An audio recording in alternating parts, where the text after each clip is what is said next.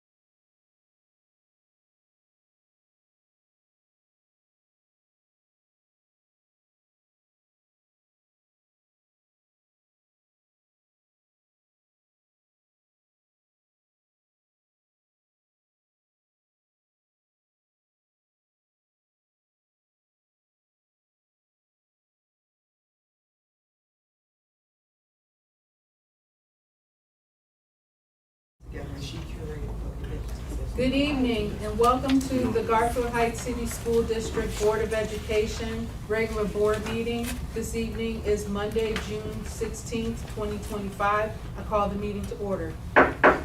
Could I get roll call, please? Ms. Cox? Yes. Mrs. Daniels? Ms. Thomas? Yes. Ms. Morrison? Here. Dr. King? Here. And could the record reflect excused absence for Mrs. Daniels? Yes, ma'am. Thank you. Could I get a motion to adopt the agenda as presented? So moved. Second. That was moved by Ms. Morrison and seconded by Ms. Cox. Is there any discussion? Hearing none, could I get roll call, please? Ms. Morrison? Yes. Ms. Cox? Yes. Ms. Thomas? Yes. Dr. King? Yes. All right, at this time, I'd like for us to take a moment of silent reflection, and we will then have the Pledge of Allegiance led by Ms. Morrison.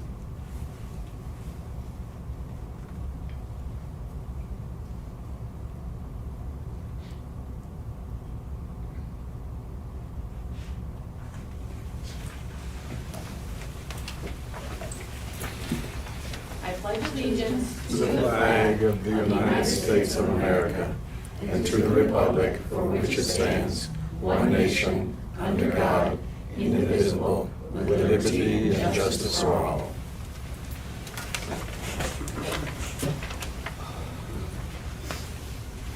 Could I get a motion to approve the minutes from the May 12th special board meeting and the May 19th regular board meeting as presented?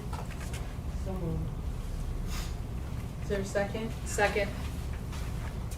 That was moved by Ms. Cox and seconded by Ms. Morrison. Could I get roll call? Is there any discussion? Can I get roll call, please? Ms. Cox? Yes. Ms. Morrison? Yes. Ms. Thomas? Yes. Dr. King? Yes. Now we will have the board president's report. The month of June has arrived, and with this, the completion of another school year. On behalf of the Board of Education, I commend the students, staff, and families for successfully and diligently finishing the school year on a strong and positive note. During the final few days of this school year, I know students and staff enjoyed fun and educational activities that signaled the culmination of the school year. To our loyal and dedicated teachers and staff, I want to thank you for your mentorship of our scholars this past year. Your efforts and investment in our scholars is never lost on the Board of Education, and we know that you work tirelessly to ensure that all of our children are properly educated. Thank you once again to the staff of the Garfield Heights City Schools. To the students and families in our district, we admire your resilience to passionately pursue your educational journeys this school year. The various talents and skills being instructed and mastered by our scholars was evident through various STEAM and STEM activities, the performances of co-curricular participants, and in the classroom. Bulldog scholars, you are to be commended. We thank the parents and families as well for serving as an important support network for our students and staff members. With Parent University beginning to gain momentum, we know that our family involvement will only continue to intensify. Please continue to stay involved. Finally, perhaps no finer example of the strength and success of our students was on display during our commencement ceremony held late last month. The Board of Education congratulates the class of 2025 and extends our best wishes to your future endeavors in continued education, the workforce, military, and short-term plans. Please remember your educational experience in the Garfield Heights City Schools has laid a solid foundation for what is to come in your lives, and that you will always be a Bulldog. I wish everyone in our community a reflective and joyous Juneteenth celebration this year, and this concludes my report. Is there any questions on the Board President's report? With that, we will go to committee reports. Are there any committee reports? Madam President. Ms. Cox?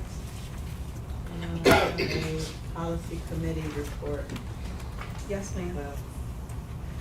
Today, the policy committee met in session to discuss the vacation payout policy with further action to be taken to July. That would conclude my report. Is there any discussion or any questions on the policy committee report? Are there any other committee reports? Madam President, Ms. Thomas? I have a report for Cuyahoga Valley Career Center. Thank you. We met on May 22nd. We had our adult diploma recognition, and we recognized all of this year's competition winners. I wanted to share, through our adult diploma program, we invite residents, adults, to come and participate in one of our programs at CVCC. And throughout that program, they also received an actual diploma from the state of Ohio. And I was really excited. We had a young lady, she got her fiber optic technician certification with her diploma, and she was just so happy, excited, elated, and she has plans to continue her education in fiber optic work. So that was just something that really excited me. But we had, over this year, we had 407 competitors from our high school division, and that is the largest amount of competitors that we've had since our superintendent has been there. We also had a first place winner at nationals, Damon Hoodie. He is out of Twinsburg, and we also just brought him on as in our IT department to work while he goes to college, and that includes my reports. Lots of celebrations. Awesome. Thank you for sharing. Is there any questions for Ms. Thomas? All right, are there any other committee reports? All right, hearing none, we will move on to presentations.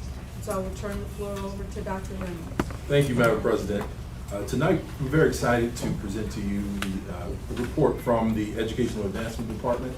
They've worked with various departments to ensure that we are providing every opportunity for every student in our school district. So you'll be hearing tonight from Tim Hurt and also Yolanda Hamilton, and I'll turn it over to them. Thank you, sir.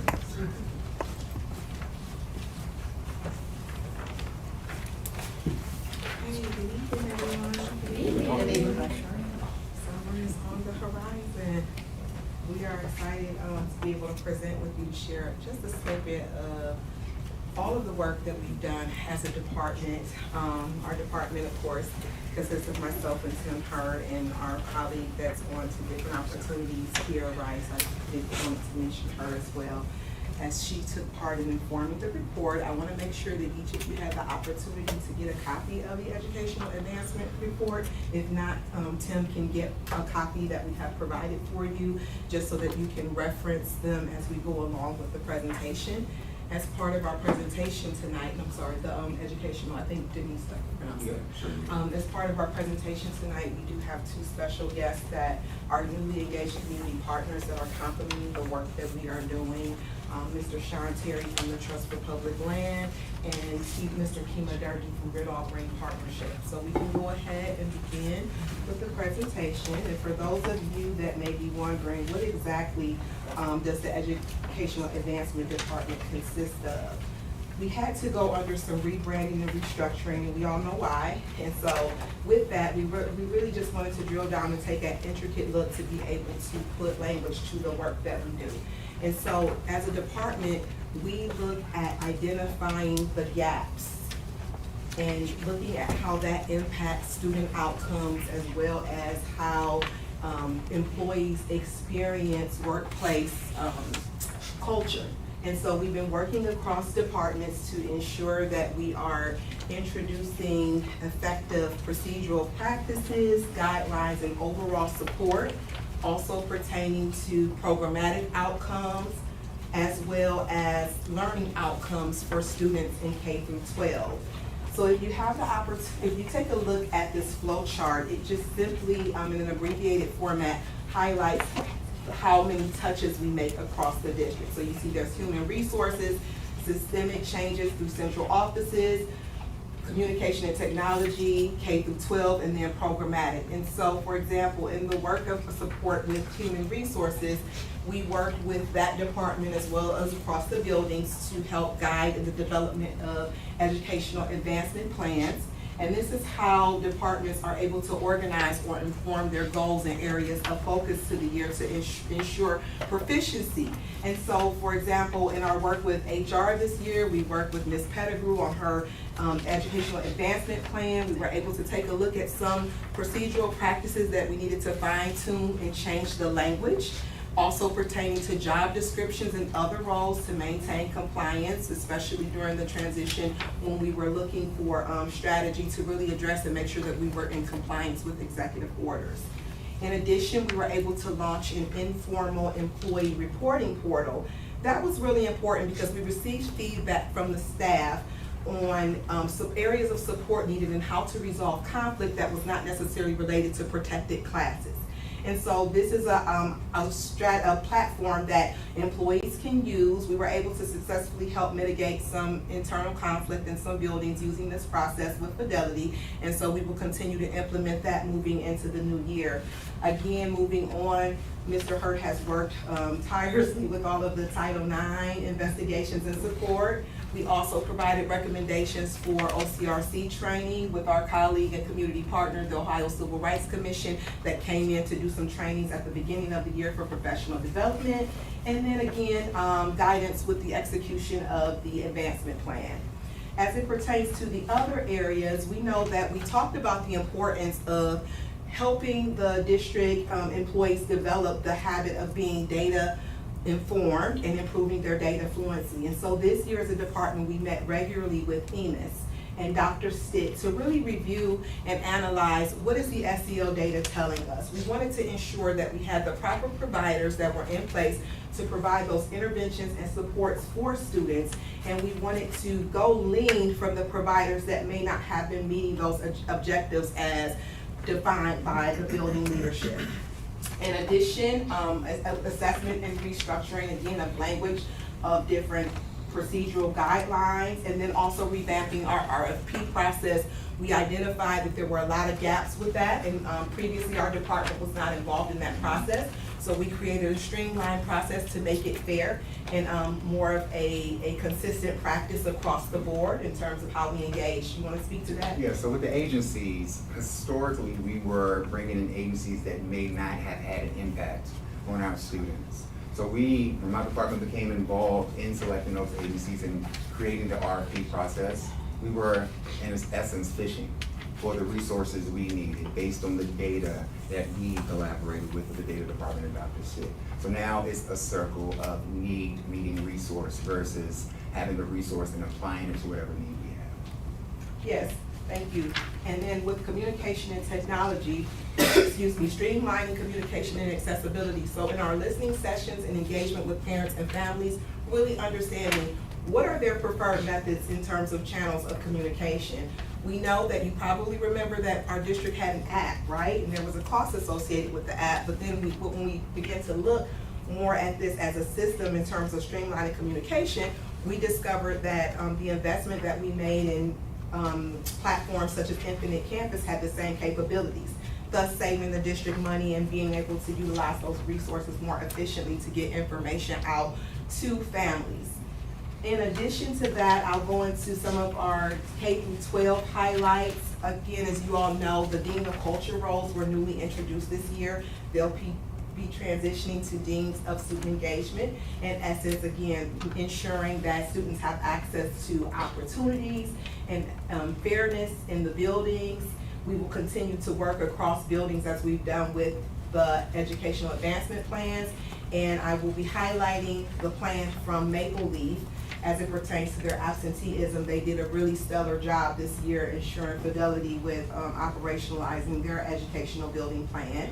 We had the TIS grant, Bulldog Express, other great programs that we were able to have guidance on and get those up and running, handing off the baton in the buildings for them to continue moving those programs forward strong. And then very excitingly, towards the end of the presentation, we'll also share about the launch of the new agricultural science program, which is innovative and going to provide great opportunities for our scholars as well. As it pertains to programmatic, again, engaging with community partners has been very beneficial, where we were able to, again, solicit additional funding for programmatic support, and we'll be able to highlight some numbers and hard data from those programs that took place during this year. Next slide, please. Okay. All right, so this year, we were able to continue with Satchel Paws. Satchel Paws is our SEL foundation. Yes. It's our SEL foundational system where we were able to make sure that our scholars were getting that SEL work that they needed. SEL, since this is our second year with Satchel Paws, we were able to do it with more fidelity and include more our deans of culture and our intervention managers to guide this work. And if you see, we've had some movement. Tier 1, 1,589 students. You had some movement in from Tier 3, which is great. Also some movement in from Tier 2. We had 132 new students. Even with Tier 2, we had some movement from Tier 3. We want to see the arrows go this way. That means that what we're trying to do is working. So in Tier 3, we had 34 in from Tier 2. This is a constantly shifting measure so that we can readily meet the needs of our scholars and provide them with those supports and make sure that they're getting those interventions that they need through this program.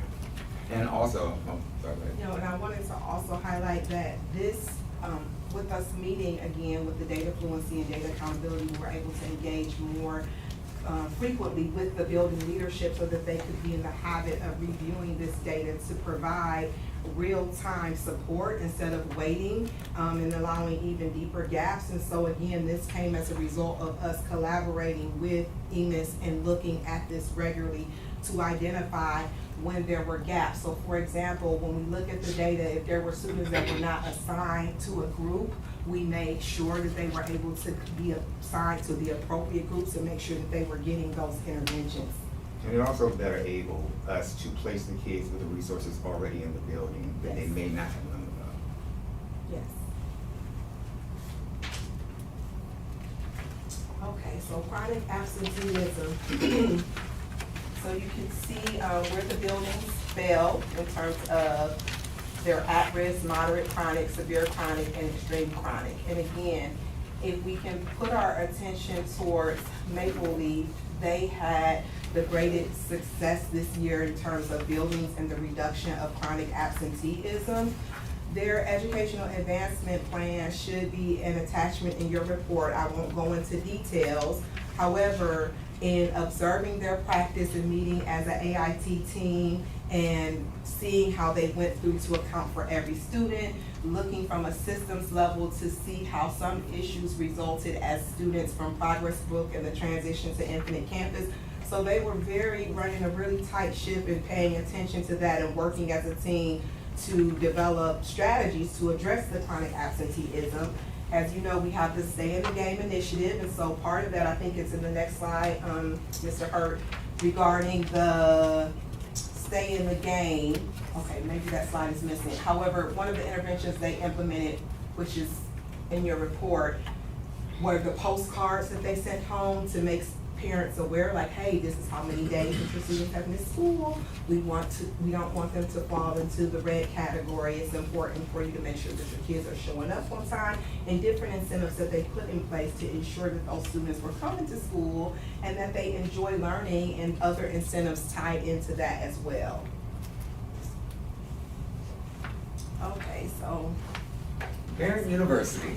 So Parent University has been a labor of love. This was an idea we had a little over a year ago, where we wanted to strengthen and in some areas build a bridge to the community that we saw that wasn't there.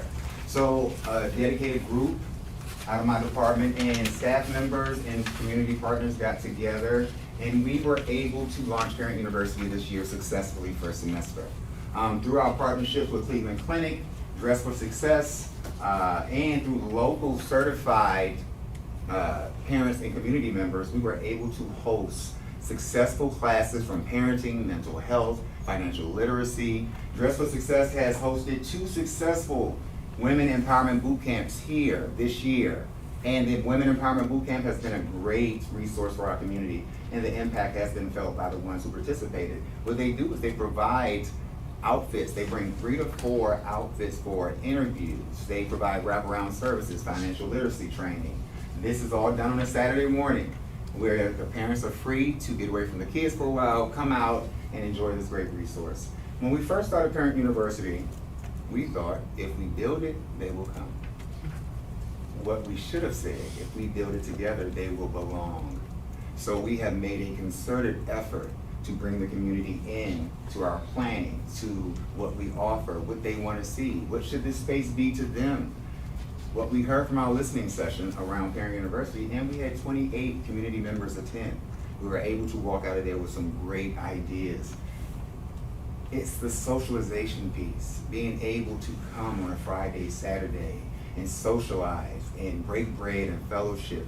That's what brings the community together. And then we offer the learning. Then we have them in position for the learning. Even with Parent University, we realized that a lot of the classes we were offering didn't fit the time frames that our community was available. So what we did is now we have online, or we have tape sessions, or we meet the community where they are so that we can be a better resource for them. We got great things coming in the fall. Everything we pull from the listening session is going to be implemented or try to be implemented. So we're really listening to the community so we can really make this what we intended to be, and that's that community hub that we can be proud of.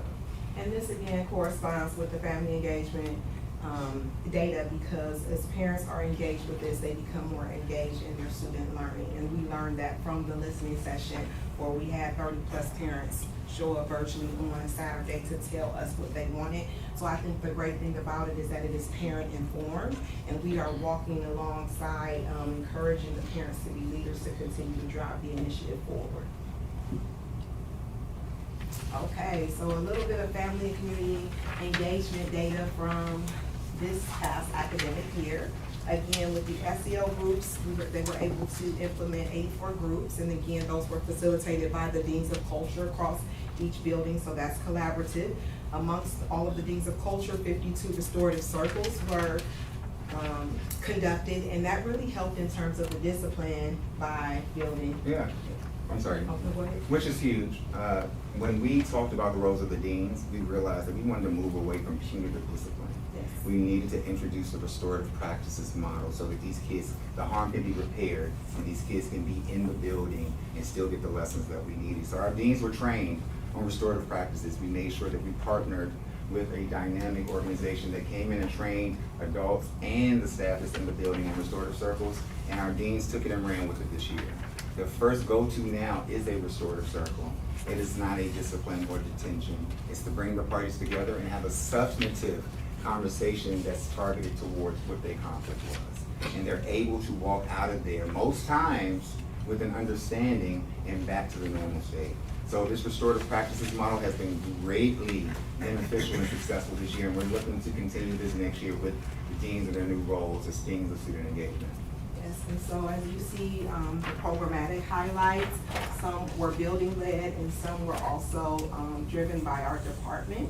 And so you can see that we had a 300% increase in parent engagement. That's really to be celebrated. compared to years past, even though we know all of the events, there was anecdotal data and not solid data, but these were solid data. So moving forward, making sure that there's registration, that we're capturing demographic information from attendees. Specifically, as you see the top 3, the back to school kickoff was well attended, the trunk or treat, and the emojiba. And what is unique about that, that includes individuals within our district, but also from outside of our community that come out for that annual event.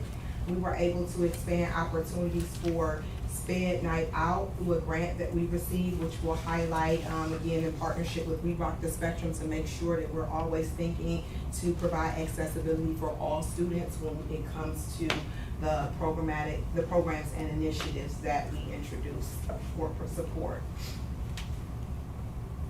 Okay, so as you are aware, in the fall, starting with the new school year, will be the official launch of the agricultural science program. Our department has worked along with teaching and learning to really begin to build this. It was just an idea, I think, when we presented last year around this time, and this year we're up and running. We worked with a consultant from ESC who provided guidance in ensuring that we met the criteria and that our application for submission was approved. And so when we talk about, as a board, that you want Garfield Heights to be a premier district, this is an opportunity for the district to become a premier district by really uplifting the STEM opportunities for students. So I want to show a brief video before sharing more that the students actually created. We do have students enrolled in the program, and what, remind me again, Mr. Hurd, the estimated number of students? 162 interested, 70 enrolled. Yes, okay. So there is a want and a need for this program, so we're super excited about it.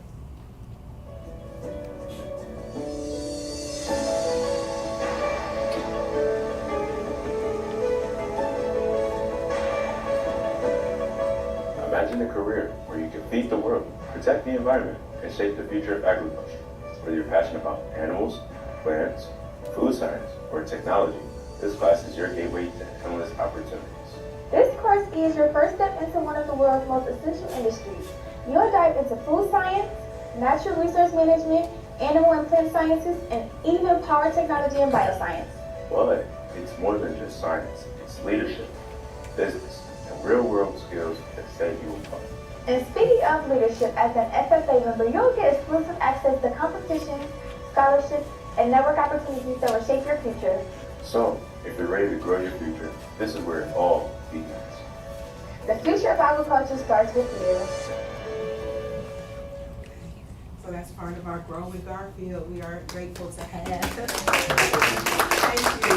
We're grateful to have this opportunity launch for our scholars in the fall. And as part of this process and the criteria, we know that Mr. Pavlik is going to be the lead agriculture science teacher. So again, there's opportunities for growth in which growing staff, growing students. And so just to share with you a bit of our project timeline, the fall of last year, we started recruiting the Business Advisory Council, which is a really intricate group of professional individuals who are going to support Mr. Pavlik as he develops his curriculum with those experiential learning opportunities, apprenticeship, job opportunities, and also access to 2- and 4-year opportunities to continue education.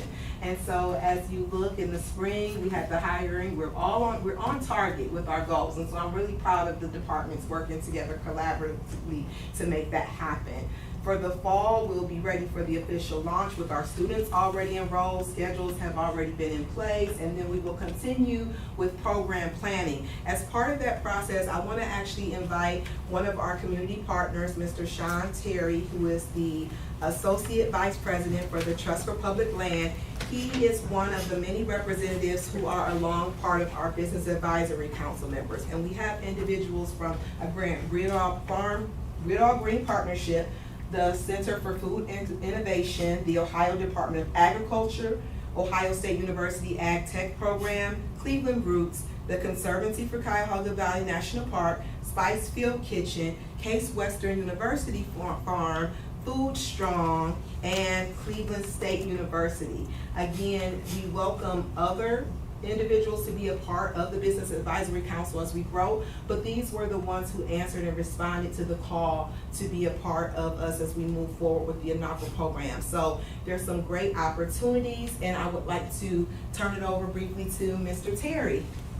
Good evening, everyone. I'll be brief. I know you have a full agenda, and I appreciate you making time for Trussville Public Land to just share a brief moment with you. As Yolanda mentioned, I'm the state director for the Ohio office for Trussville Public Land. We're a national nonprofit conservation organization. We've been around for the past 52 years, 51 years here in Ohio. This is one of actually the first states where we created a field office around the time when residents in the valley were transitioning to create a formal national park in Cuyahoga Valley National Park. So our mission is really rooted in connecting everyone to the outdoors. We have 4 areas where we prioritize our work: large tract land protection, similar to the work we've done in and around Cuyahoga Valley National Park, park equity or park development, trail development, and most recently our community schoolyards program, which launched in the late 1990s with our first market in New York City, and since that time we've developed over 300 community schoolyards using deep engagement with the residents. So here explains our initiative and our process, working closely with the community to understand what the needs are. We went from an organization saying, what would you like to see in your park, to what challenge does your community have? How can parks or the investment in green space catalyze a solution around that challenge? And so in community schoolyards, particularly in cities that are landlocked, we understand that there's a deep disconnect with residents needing access to green space, and really just the importance on awareness to conservation, the benefits from a health and mental health standpoint, the ability to create a stronger, more resilient, climate resilient community by converting traditional asphalt playgrounds into functional green spaces that also are an extension of the classroom. Areas for students to come outside, areas for students to imagine. Food security is an area that we're starting to see increasing demand around, particularly in school districts where the schools are sort of the front line for families in need. And so increasingly we've been seeing more interest in creating community gardens, creating curriculum that sort of reinforce both agriculture but also just that 360 ecosystem services approach to improving community health. And so I share this with you. These are just snapshots of many projects that we've done around the country before and after. So grateful for the support of Garfield Ice, Dr. Reynolds and the team who attended our groundbreaking just a little over a month ago at Caledonia School in East Cleveland. We have launched our Ohio Schoolyards work here in Northeast Ohio, starting in East Cleveland, and we were actually able to celebrate the announcement at the groundbreaking that we will also be partnering with Akron. So our goal is to really spread the reach of this program, and again, so grateful for the opportunity to work with the team here on pursuing that in Garfield Heights. Thank you. Community partners such as TPO are very instrumental in this process to make sure that we're having access to opportunities for our students. And so we're looking to have their support with other initiatives and things that we're trying to map out for the high schoolers, such as the outdoor learning environment and things of that nature.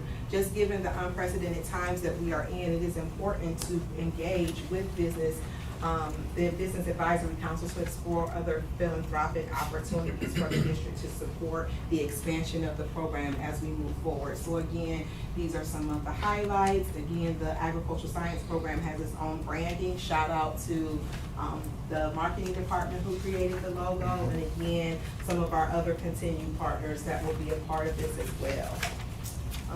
Last but not least, we have upcoming projects, and so those are things that are in the works. Project 13, Bulldog Pathways to Success. The GROW Grant, which is an opportunity that we're pursuing to support the expansion of hydroponics across buildings. And that's going to be great for the district as well, and continuation of the TIS grant. One thing that's mentioned in the report that may not be in the slide is that I'm always proud to highlight how our engagement with community partners creates opportunities for us to receive additional funding. And so we know that through our continued partnership with the Maltz Museum, Respect for Humanity, we were able to have our scholars participate and expand that even to the middle school this year, where the middle school also received a micro grant. And then we have the scholarship opportunity finally when we place, not just placing, but first place for our scholar, as well as micro grants for their school to support anti-bias work. $13,000 was received for the TIS grant, again, to support the implementation of the SEL work. A $1,000 grant from ESC to support SPED Night Out initiatives. And so again, bringing the financial value and incentive from our department in terms of our engagement with community partners. And I just want to highlight, Project 13 is what Dr. Reynolds has been discussing for the longest, and it is building that bridge for our alumni. We recognize and we understand there's some kids that leave us that are not fully ready to step out into the world, and we want them to be able to come back to us to receive the supports and the training and keep us abreast of where they are so we can lend our expertise to furthering where they want to pursue. So as part of Project 13, it's going to be something called the Alumni Bridge. And what we're going to do is tap into former graduates to come back and mentor our 12th graders and really be that bridge for them as they step out into the unknown. Because we know 18 is a very terrifying age when you've been told that at 18 you're a grown person. Our kids don't feel that way. So to avoid them going into that uncertainty and consciously or subconsciously sabotaging their progression because they're not fully ready to step out there, we want to provide that here. And we're going to be very proactive in getting this program started so that our class of 2026 can benefit from this as well. I think that's everything. If you have any questions for us, clarification on any of the things that we mentioned, or any questions for Mr. Terry as well? Madam President, how will you recruit the students for Project 13? So what we're doing is putting in a plan, we're putting in a more intentional plan to build that relationship with our juniors and our seniors so that we have that information, we have that touch as they move closer to graduation. We'll collect that information in a database, we'll assign staff to those individuals to make sure that we're keeping abreast of where they're going. And will that ever include the students that have already graduated? Yes, what the hope is, I know Garfield has a strong alumni. We want to instill that in the graduating kids as well, and the ones who have graduated in the last couple of years. We want them to understand that you come from strong, sturdy stock, and we need your input back into the community. Any other questions? I have a couple of questions. As we look at our SEL providers and what they're doing with our scholars, how are we going to collect data to make sure that they are meeting the needs of our students? What does that data collection look like? How we're trying to find a correlation between Satchel Pulse and the tiers inside Satchel Pulse, and how it's shored up against the MTSS or the interventions we supply or we provided. So this is all data informed. So if Satchel Pulse was not, we'll know ready time in real time if Satchel Pulse is moving the needle. What's happening now, I don't think we're going with Satchel Pulse for the new year, we're going with Ames Web, because embedded in that curriculum is also SEL work that can be more cost efficient for us, but it can also be a better tool for the teachers because they are familiar with the Ames Web protocol. Thank you.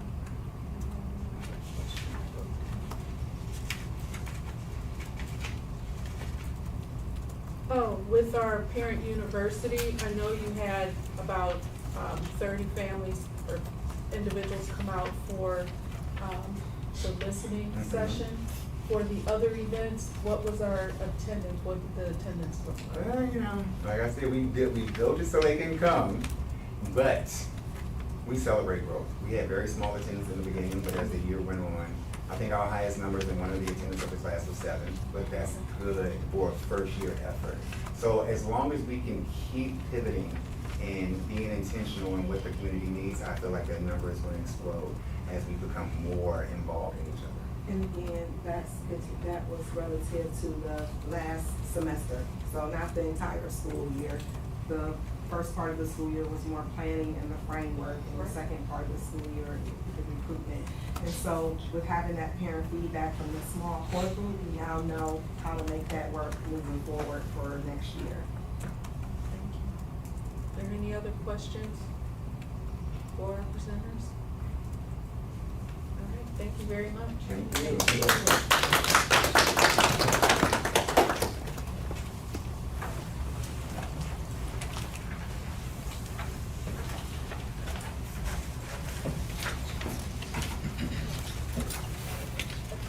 All right, we will move now to our superintendent's report.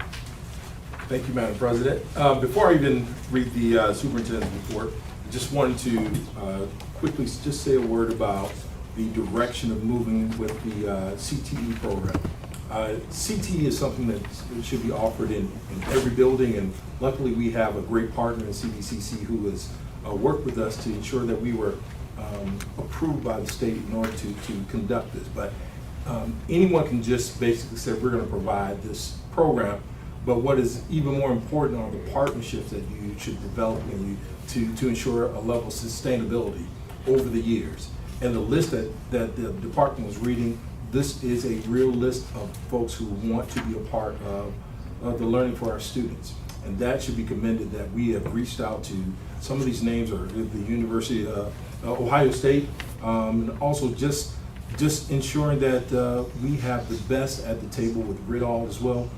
That they're at the table to assist us with developing this program. This is a program that's going to increase the engagement level of our students, and I've seen that with some of the things that we've done in summer schools in the past, where students were very interested in growing. And this is an effort that we're not just having for the high school, but we're also feeding that from our elementary school to our middle school, all the way to our high school. This is a program that we want to grow, and this is a great beginning of this program. So thank you again. And while the summer break has arrived, schooling has continued with our annual summer school, which is being held at Maple Leaf Elementary School for students who are currently in grades 5th grade through 8th grade, entitled The Color Our World Summer Learning Opportunity.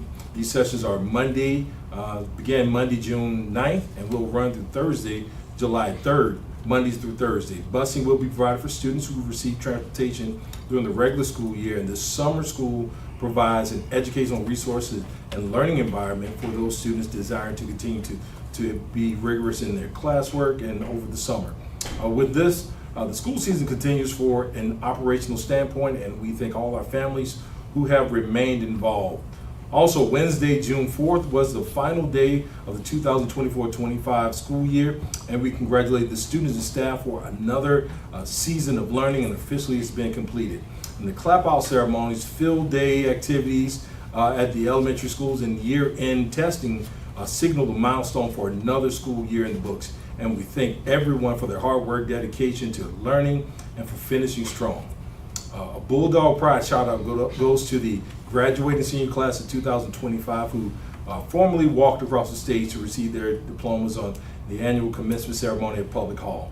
This class will be one remembered for personal relationships built with each other, and also strong collaborative skills and their focus on their future individual successes. We undoubtedly have tomorrow's leaders in a variety of fields from the Garfield Heights class of 2025. All the best, the future activities and endeavors. So have a safe and enjoyable summer break. Let's be prepared to return to the fall with another season of leadership, learning, and growth. And that concludes my report. Thank you, Dr. Reynolds. Thank you. Any questions for Dr. Reynolds on his report? All right, we'll next go to remarks from the public. We did have Mr. Terry down, but he spoke, so we'll move on. We don't have anyone else for public remarks on agenda items. So we will go to reports and recommendations. Could I get a motion to move and waive the reading of 9.1 through 9.3? So moved. Second.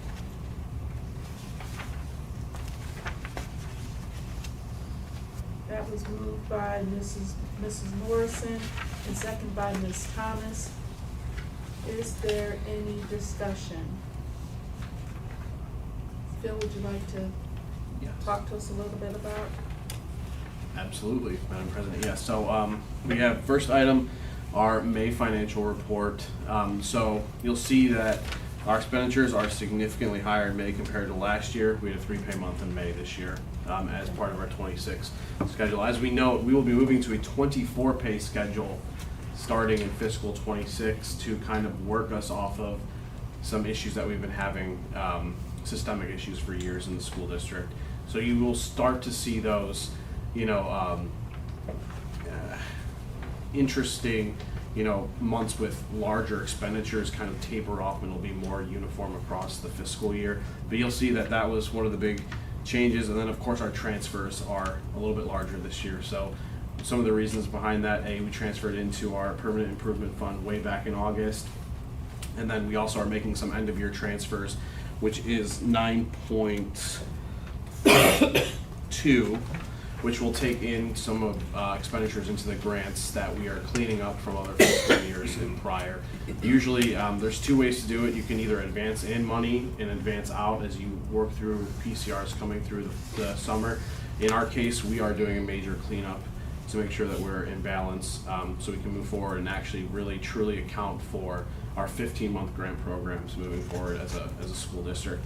And then 9.3 is a appropriation resolution, kind of getting us up into par as we get closer to the end of the fiscal year. I like to do something where we really set some clear boundaries for appropriations as we move into our final payroll in fiscal year 25, which is June 27th.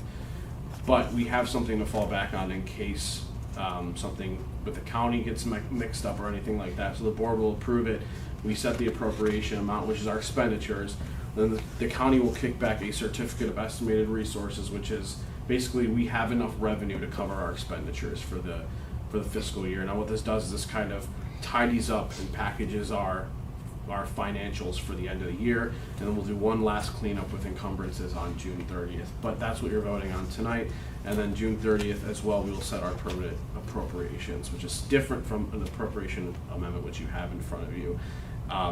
I just want to note one thing. In previous years, in May or June, we have been about 70% in grant expenditures. We are at 84%, which is fantastic, meaning that the largest bulk of our expenditures over the summer months will come from our Title I expenditures for the summer learning programs, which is exactly how our district has intended to use it to clean up that 15-month grant program. I do want to note that IDEA, our special ed funding, was exhausted about 2 months ago, which just shows how underfunded school districts like ours are when it comes to that type of expenditure bucket. So with that, I will take any questions that you may have. Any questions for Mr. Oko?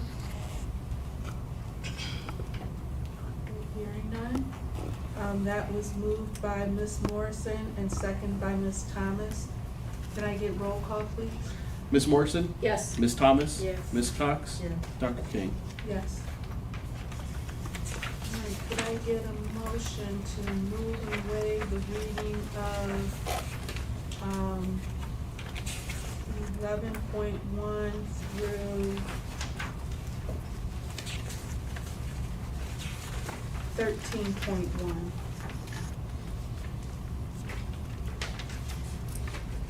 So moved. Second. That was moved by Ms. Morrison and second by Ms. Cox. Is there any discussion? Madam President? Yes. I would like to make mention that in item 11.1, our band teacher's first name is spelled incorrectly. It has been fixed in board docs, but I just wanted to put that on the record that it has been corrected. Okay, thank you. Is there any other discussion? All right, hearing none, could I get roll call, please? Ms. Morrison? Yes. Ms. Cox? Yes. Ms. Thomas? Yes. Dr. King? Yes. And, could I get a motion to, move away the reading of 14.1?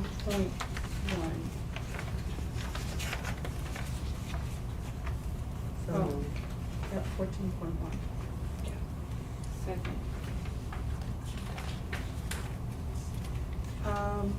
Is there any discussion? Dr. Reynolds? Yes, I am very happy to announce that we will have, after your vote, Sam Valter, who is a veteran educator, will be joining our team at the high school. He brings several years as a building leader as well as a district level leader. So we're very, very excited about the leadership that he's bringing to the building, not only to the building, but also to our district. And he is here tonight, and I'm not sure if he should stand to introduce himself either before or after the vote. We'll do it after the vote. Okay, all right. All right. Any other discussion? All right, hearing none, could I get roll call, please? Ms. Cox? Yes. Ms. Thomas? Yes. Ms. Morrison? Yes. Dr. King? Yes. And welcome, Mr. Walters. You want to stand and introduce yourself and your family? Yes, And ma'am. who you have with you this evening? Yes, ma'am. Yes. Dr. Reynolds, thank you so much. I am so excited to be a part of this team. Just excited to be a part of your leadership. Just excited tonight. I do have three people that's very near and dear to me. I'll start off with my college professor, and he is the reason why I even got into education. He is the reason why I finished school and went on to do other things because of his mentorship and his love and passion that he's instilled in me. Dr. William Caldwell from Central State, he's a retired professor. Let's go with. And then my two pride and joy, my oldest daughter, Sydney Page, and my son, Samuel Anthony, we affectionately call AJ. But this is my family. But again, just want to thank you, everyone. I'm just excited to be a part of the team. Thank you and welcome. Thank you. Thank you. All right, could I get a motion to, we're on 14.2. Could I get a motion to approve the administrative reduction in force resolution 2025-27? So moved. Second. That was moved by Ms. Morrison and second by Ms. Cox. Is there any discussion? Hearing none, could I get roll call, please? Ms. Morrison? Yes. Ms. Cox? Yes. Ms. Thomas? Yes. Dr. King? Yes. Could I get a motion to move and waive the reading of 15.1 through 18.8?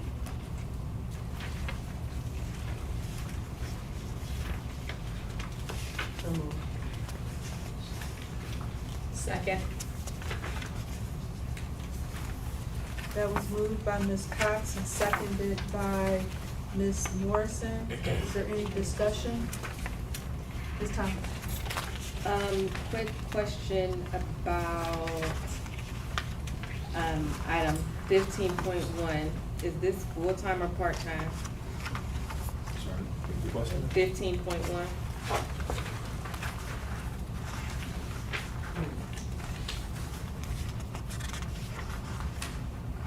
The reclassification? The exempt reclassification. Oh, no, it is a full-time position.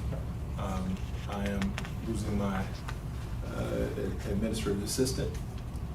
We have done some reorganization of our, one of our departments, and we were in need of someone to be a liaison between the school and the family.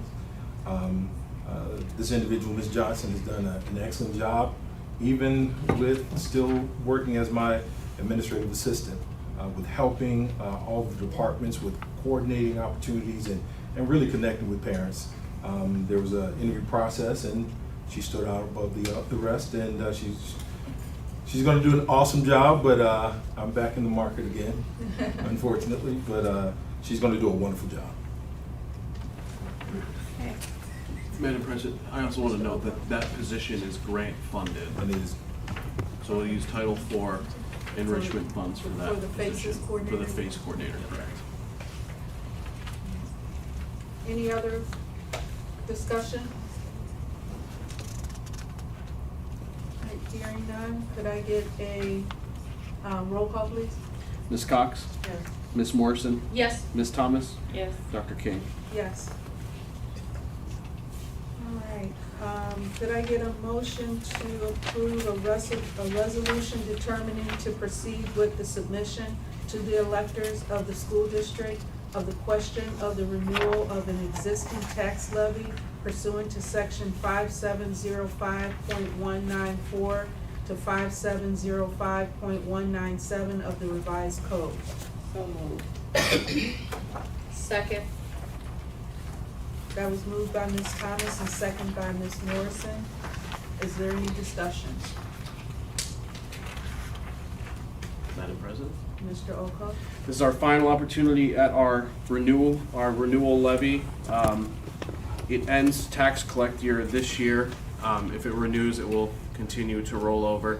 Again, it will have the same exact ballot language as we saw in May, and statistically speaking, it is cheaper to pass this levy than to have a new additional tax levy put on the ballot for the citizens of Garfield Heights. Thank you. Any other discussion? Madam President. Ms. Cox? Mr. Oko, do you have, or is there any way that we can find out what the cost or the difference would be in cost for a resident to vote now as opposed to not and maybe later? Yeah, so it's individualized by the individual's tax bill. But in theory, the state currently pays 12.5% on a rollback and homestead exemption for select folks. Like everyone who pays in Garfield Heights gets an automatic 10% rollback credit from the state of Ohio. 2.5% is a homestead exemption, so if you qualify for that, and then there are other further exemption qualities, military veterans, so and so. But realistically, if we were to put a full new additional levy on the ballot for the exact same amount of money, the $5.35 million that's on the books, it would cost 12.5% more per $100,000. I don't have the math exactly, but on the ballot it will say $337 per $100,000 of assessed valuation. Take that $337 and calculate in 12.5% additional. That would be the ballot language, in essence, of what we would look at to collect the same dollar amount now, and it would be significantly more for our taxpayers. Remember, any levy passed after 2012 in the state of Ohio is no longer qualifies for that rollback and credit program. So if we renew it, we keep it. If we don't, we lose that opportunity permanently. One more question. What's the increase amount now? The increase For the amount now resident. for the resident, it's none. It's a renewable levy. So the taxpayer will not see an increase on this levy collection. In fact, they will see a decrease next tax year because our bond levy is falling off. So they will, our community will see tax relief as the high school's paid off, and we are not collecting anything more than the $5.35 million it takes to collect for this renewal levy. It's a fixed sum levy, and it's calculated based on the amount it takes to collect that $5.35 million. Thank you. Yes, ma'am. Any other discussion? Yes, Madam President, if I can comment. Yes, Dr. Reynolds? It is extremely important that we work together to get out factual information. Not just meaning just the administration, not just teachers, but I mean parents and students as well, because we're going to be impacted as a community if we don't work together to get out the factual information. What I've noticed that in the past that there was misinformation provided out there, who knows what, and I think that sometimes it's just because folks want to understand, but I need for that information, those questions to come directly to our office. We're going to give factual information that be cleared by the state as well to ensure that we are giving that information appropriately. But it is extremely important that everyone pays attention to what is going on, what is happening, because our district and our community will be impacted if that information is not provided appropriately. So I'm asking, before you all do the vote, I'm asking that everyone who hears this, everyone in this room, commits to doing what's best for our children. And what's best for our children right now is to ensure that we get the right information out to everyone in the community, that we're working together, because this is something that will impact our school district for years to come. And I want to ensure that we are doing the best for our children. We can do all the things that we can do, come up with all the ideas in the classroom, However, when it comes to funding, that is where we need the community's help. The only way we can do that is to ensure that we are all working together. If there are questions, we make ourselves available.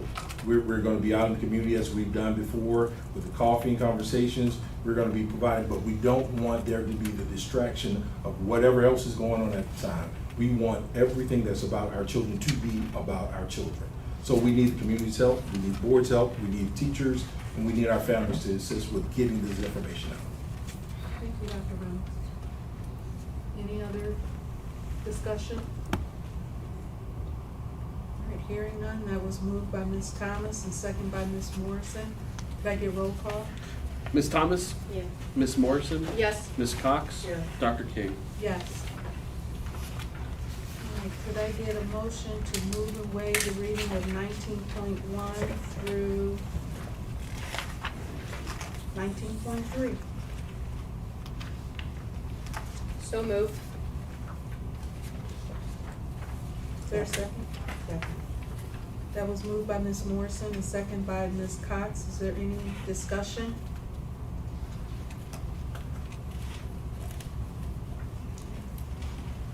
Hearing none, could I get roll call? Ms. Morrison? Yes. Ms. Cox? Yes. Ms. Thomas? Yes. Dr. King? Yes. Remarks from the public regarding miscellaneous school items. We have one participant this evening. I'll read our policy. All meetings of the board and board-appointed committees are open to the public. In order for the board to fulfill its obligation to complete the planned agenda in an effective and efficient fashion, a maximum of 30 minutes of public participation may be permitted at each meeting. Each person addressing the board shall give his or her name and address. If several people wish to speak, each person is allotted 3 minutes until the total time of 30 minutes is used. During that period, no person may speak twice until all who desire to speak have had the opportunity to do so. Persons desiring more time should follow the procedure of the board to be placed on the regular agenda. The period of public participation may be extended by a vote of the majority of the board present and voting. And we have Ms. Wonderstock. Okay, as I'm walking up here, don't count this. I loved what she said, and you have my order, I will do whatever I can to help. Thank you so much. Great report, and to you, Mr. New Principal, best of luck. I met you, you almost had me crying when you introduced your mentor, because I have a few of my own. That was really nice. Okay, don't count that toward me. And don't count when I say where I'm, my name and address either. Do There you we count go. that? No. Okay. Ms. Wanderstock, go ahead. I'll tell you when I Joni start. Wanderstock, 10905 Mount View Avenue. I'm gonna talk fast. Okay. As long as I live, I will always care about the school district that I devoted 40 years of my life to.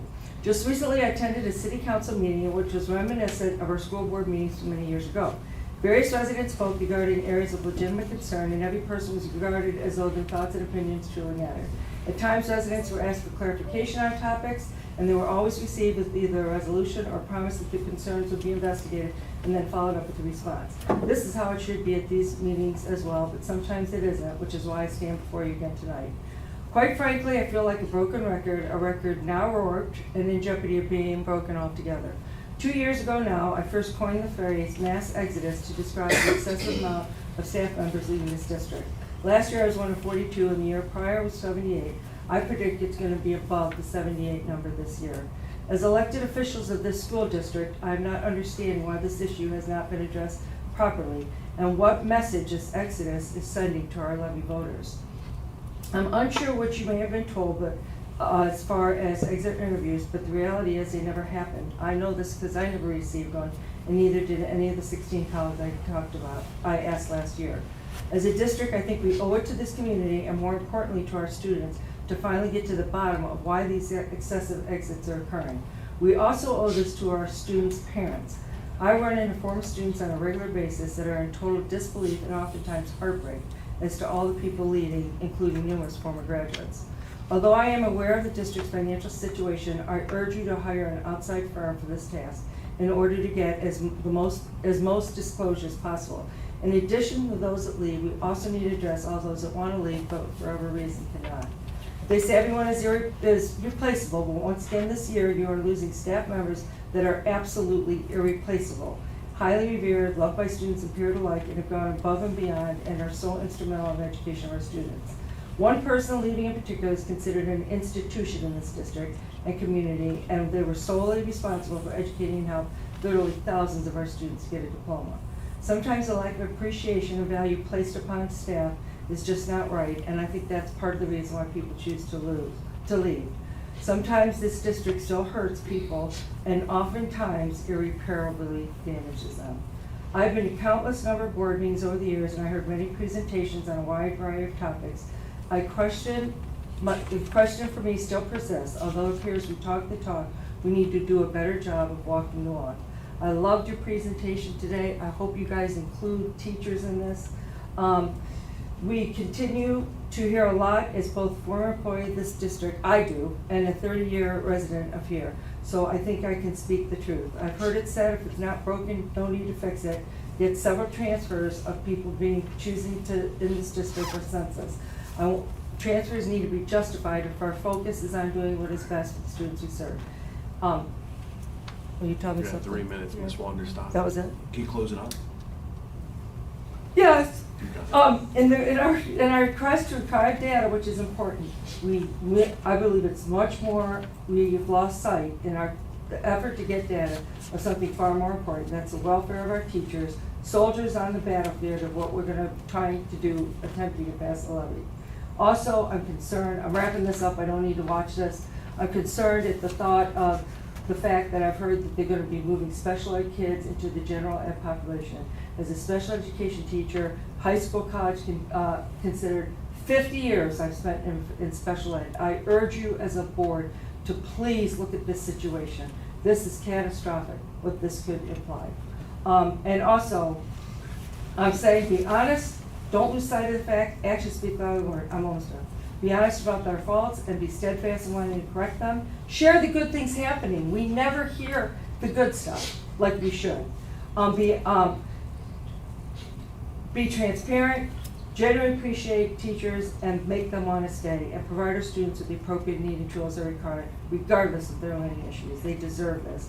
I know countless other people that exit my sentiments, and yet they're afraid to speak up. We all know I'm not. So I hope that you as a board take my words seriously. It's the future of our school system, and ultimately this community I think depends on it. Okay, thank you. Sorry I went about 30 seconds over, and I'm sorry I had to do that for the new principal. Thank you very much. Thank you, I Ms. appreciate it. Wonderstock. Thank you. All right, at this time, it is 7:06, and we're going to, I'd like to get a motion to enter into executive session to consider the compensation of a public employee by an official by Division G1 of Section 1.1.22 of the revised code, as well as preparing for, conducting, or reviewing collective bargaining strategies by Division G4 of Section 1.21.22 of the revised code. So moved. Second. That was moved by Ms. Thomas and moved by Ms. Morrison and second by Ms. Thomas. Is there any discussion? Roll call, please. Ms. Morrison? Yes. Ms. Thomas? Yes. Ms. Cox? Yes. Dr. King? Yes. There will be no action taken after executive session.